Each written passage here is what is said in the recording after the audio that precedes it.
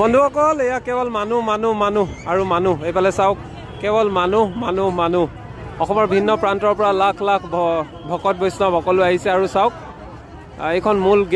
মূল গেটৰ পিছফালে আপোনালোকে দেখিছে তলত মানুহ দেখিছে কেৱল মানুহ মানুহ মানুহ অসমৰ ভিন্ন প্ৰান্তৰ পৰা লাখ লাখ মানুহ একত্ৰিত হৈ এইদৰে আহিছে আৰু এয়া ফ'ৰ লেন দেখাইছোঁ ফ'ৰ লেনৰ অৱস্থা চাওক কিমান মানুহ সকলো ফালে মানুহ মানুহ কিন্তু প্ৰশাসন আৰু গোটেই ব্যৱস্থাপনা ইমান সিস্টেমেটিককৈ পাতিছে ইয়াত কোনো জাম হ'বলৈ দিয়া নাই ট্ৰেফিক জাম হ'বলৈ দিয়া নাই এইদৰে যথেষ্ট সিস্টেমেটিকভাৱে যি ধৰণে তেওঁলোকে পালন কৰিছে সেয়ে লাখ লাখ ভক্তৰ সমাগম হৈছে যদিও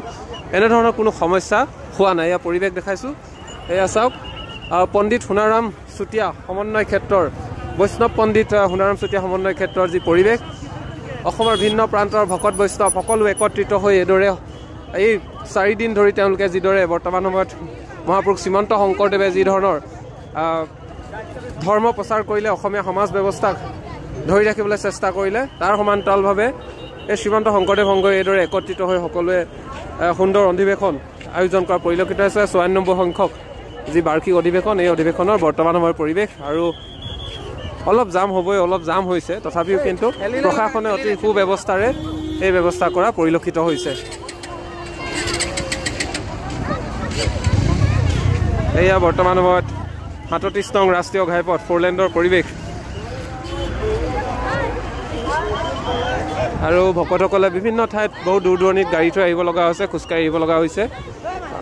আৰু এয়া পৰিৱেশ বৰ্তমান সময়ত দেখাইছোঁ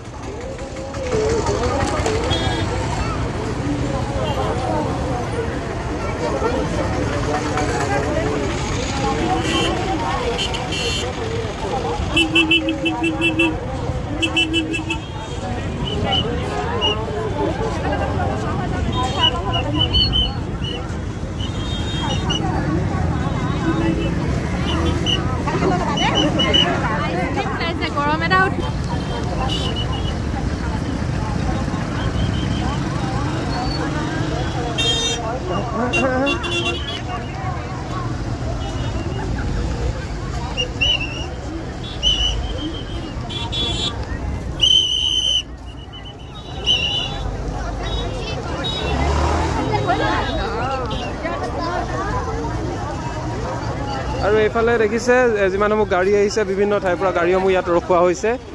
আৰু এয়া 38 নং ৰাষ্ট্ৰীয় ঘাইপথ আৰু এইসমূহ গাড়ী ইয়াত ৰখোৱা হৈছে বিভিন্ন ঠাইৰ পৰা অহা গাড়ী ইয়াৰ লগতে বিভিন্ন প্ৰান্তত গাড়ীসমূহ ৰখোৱা হৈছে বৰ্তমান পৰিৱেশ